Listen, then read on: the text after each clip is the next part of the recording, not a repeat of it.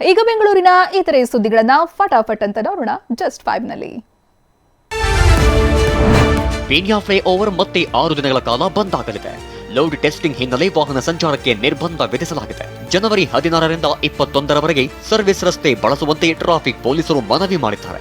ಮೇಲ್ಸೇತುವೆಗೆ ಅಳವಡಿಸಿದ್ದ viaduct ಪರಿಶೀಲನೆ ಹಾಗೂ load testing ಮಾಡಲಾಗುತ್ತಿದೆ.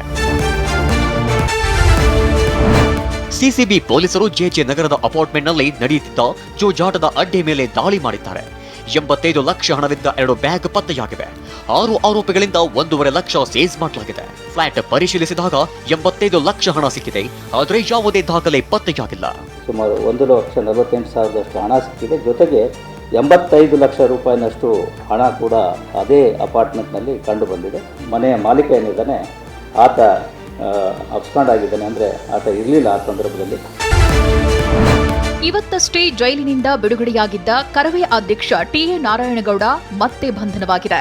2017ರಲ್ಲಿ ಮೆಟ್ರೋದಲ್ಲಿ ಹಿಂದಿ ಹೇರಿಕೆ ವಿರೋಧಿಸಿ ನಡೆದ ಪ್ರತಿಭಟನೆಯ ಸಂಬಂಧ 15 ಬಾರಿ ನೋಟಿಸ್ ನೀಡಿದ್ರೂ ನ್ಯಾಯಾಲಯಕ್ಕೆ ಹಾಜರಾಗಿರಲಿಲ್ಲ. ಹೀಗಾಗಿ ಇಂದು 30ನೇ ಎಸಿಎಂಎಂ ಕೋರ್ಟ್ ಆದೇಶದಂತೆ ಮತ್ತೆ ನ್ಯಾಯಾಂಗ ಬಂಧನಕ್ಕೆ ಪಡೆಯಲಾಗಿದೆ.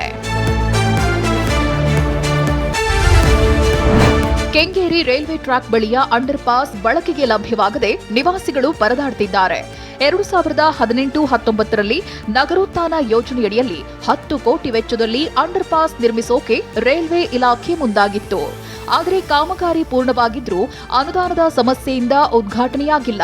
ಸ್ಥಳೀಯರು ನಿತ್ಯ ರೈಲ್ವೆ ಟ್ರ್ಯಾಕ್ ದಾಟಿ ಮುಖ್ಯ ರಸ್ತೆಗೆ ಬರ್ತಿದ್ದು ಪರದಾಡ್ತಿದ್ದಾರೆ. ಒಂದೊಂದ್ಸಲಿ ಟ್ರೈನ್ ಸಿಗ್ನಲ್ ಕೂಡ ಕೊಡಲ್ಲ, ಬೇಗ ಬಂದ್ಬಿಡುತ್ತೆ. ಮತ್ತು ಸ್ಟೂಡೆಂಟ್ಸ್ ಎಲ್ಲರೂ ಒಂದೇ ಸಲ ಬಿಟ್ಬಿಡ್ತಾರೆ 3 o'clockಲ್ಲಿ. ಅಕಸ್ಮಾತ್ ಯಾಮರ್ ಬಿಟ್ಟರೆ ಎಷ್ಟೊಂದು ಜನ ಲೈಫ್ ರಿಸ್ಕಲ್ಲಿರುತ್ತೆ. ಬಿಕಾಸ್ ಅಂಡರ್ ಪಾಸ್ ಓಪನ್ ಆದರೆ ನಮಗೂ ಅಷ್ಟೇ ತುಂಬ ಈಸಿ ಆಗುತ್ತೆ.